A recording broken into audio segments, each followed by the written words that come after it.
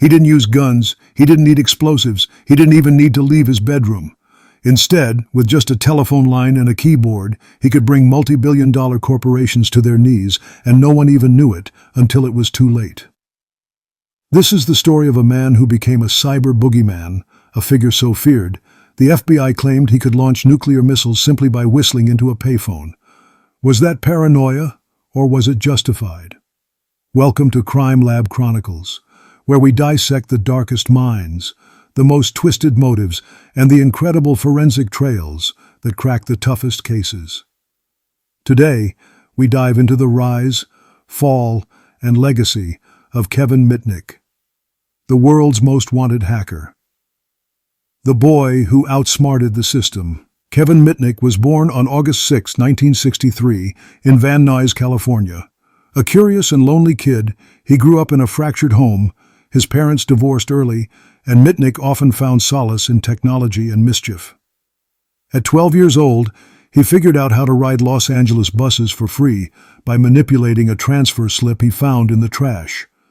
That early taste of outsmarting the system sparked something deeper, not just rebellion, but control. By 16, he had moved on to phone phreaking, exploiting the phone system to make free calls, trace lines, and eavesdrop on private conversations. With just a few tones and some hardware, he could trick operators and take over lines. It was intoxicating. Mitnick wasn't after money. He was after access, power, and the thrill of breaking the rules without getting caught. But the world was watching, and the digital age was about to catch up with him, into the Matrix. In 1981, Kevin hacked into the computer systems of Digital Equipment Corporation, DEC, one of the major tech players at the time. He copied their proprietary software not to sell, not to profit, but just to see if he could. For that, he was caught and sentenced to 12 months in prison, followed by 3 years of supervised release. But Mitnick couldn't stop. Like a digital cat burglar addicted to the high of the heist, he violated his parole and hacked into Pacific Bell's voicemail computers. This time, he didn't even try to steal data. He just wanted to understand the system, to map it, to master it. He vanished in 1992. No one knew where he was. He became a cyber phantom. The FBI launched a manhunt. Kevin Mitnick was officially on the run, and the media dubbed him the world's most wanted hacker. The hacker and the hunter. While Mitnick was evading authorities, he continued to hack major corporations, Motorola, Nokia, Sun Microsystems, and even the National Security Agency, NSA, in one chilling instance. But what truly made Mitnick legendary was not just the scale of his hacks, but the method. He was a master of social engineering, tricking employees into giving away passwords, pretending to be IT staff, even manipulating people over the phone with nothing but charm and confidence. He didn't brute force firewalls. He manipulated humans. He once said, "You could spend millions on firewalls, intrusion detection systems, and encryption, and it wouldn't matter, because people are always the weakest link in the security chain." One of the people most determined to stop him was Tsutomu Shimomura, a cybersecurity expert at the San Diego Supercomputer Center. After Mitnick allegedly broke into Shimomura's system and taunted him, it became personal. And now, the world's top cyber sleuth was hunting. The digital showdown. The hunt ended in February 1995. After months of cyber dueling, Shimomura traced Mitnick's location to a modest apartment in Raleigh, North Carolina. Armed with a warrant and a SWAT team, the FBI stormed in. They found Mitnick surrounded by floppy disks, stolen code, and dozens of cloned cell phones.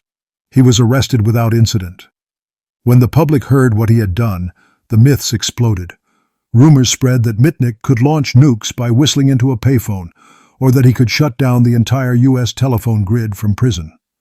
None of it was true, but the fear was real, and it shaped how authorities handled him. Mitnick was denied bail. He spent nearly 5 years in prison, months of that in solitary confinement. The justification? That he posed such a cyber threat, even access to a phone was dangerous. Trial, time, and transformation. In 1999, Kevin Mitnick accepted a plea deal. He pleaded guilty to 7 counts of wire fraud, 5 counts of unauthorized access to federal computers, and several other charges. But the punishment was severe. He served a total of 5 years in prison, more than any hacker in U.S. history up to that point.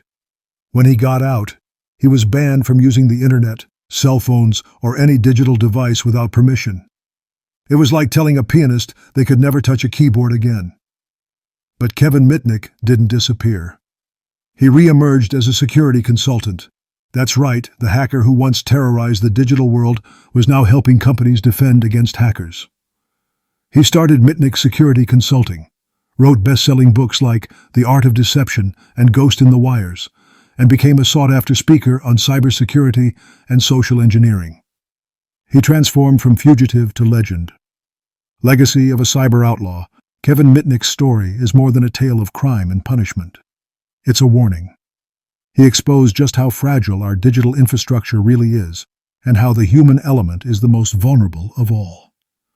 Despite all the firewalls and encryption, it only took one phone call, one casual conversation, one unsuspecting employee to bring entire systems crashing down. And in a way, Mitnick didn't steal money or data.